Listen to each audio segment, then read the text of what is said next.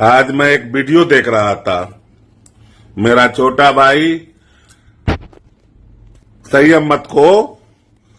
मैं तुम्हारे सलाहकार लोग से बस एक ही बात कहूंगा, भाई तू जिस लेवल में है वो बहुत बड़ा लेवल है, उसको संभाल के रखो और संयम खो के ऐसा कुछ नहीं करना है।